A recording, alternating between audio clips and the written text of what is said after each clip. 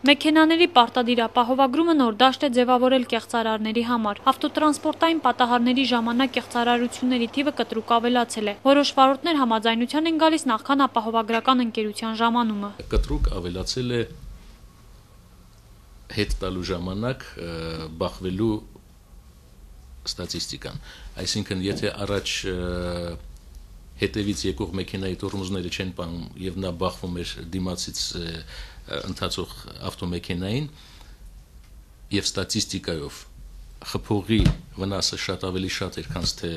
դիմացի մեքենայի, այսօր դիմացի մեքենան լավություն անելու համար ասում է ես հետ տվեցի եւ բախվեցի հետևից կանգնած մեքենայի հետ։ Լևոն Ալթունյանի խոսքերով Ինգոն ամեն կերպ փորձում է կանխել նման կեղծարարությունները, արդեն իսկ հարուցվել են առաջին քրեական գործերը, որոնց մասին կհայտարարվի առաջիկայում։ Ինգո Արմենիա ապահովագրական ընկերությունում այսօր պարտադիր ապահովագրման է անցել 62000 մեքենա, զբաղեցնելով ապաշուկայի 18%-ը։ Ընկերությունը ապայի շնորհիվ հավաքագրել է մոտ 1.8 միլիարդ դրամ, որը կազմում է ապահովագրական պորտֆելի մոտ 49%-ը։ Կամավոր ապահովագրության տեսակ ընկերության պորտֆելում կազմում է 51%։ Մենք շարժվում ենք մեր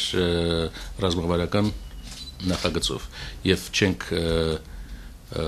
բացում մեր պորտֆելը ավելի քան 2 անգամ պարտադիր ապահովագրության տեսակներով։ Հատուցումների տարեկան ծավալը ընկերության տնօրենի խոսքերով կազմել է ավելի քան 490 միլիոն դրամ։ Միայն հունվար-փետրվարին 400 ճանապարհային պատահարների դիմաց որպես հատուցում վճարվել է մոտ 270 միլիոն դրամ։ Լևոն Ալթունյանը չի բացառում, որ հաջորդ տարի ապահովագրության համար սահմանված գինը մեծանա, եթե ճանապարհային պատահարների քանակը շարունակի ավելանալ նույն տեմպերով։ Նելի Լազարյան, Հովսեփ Հովսեփյան, IPFE։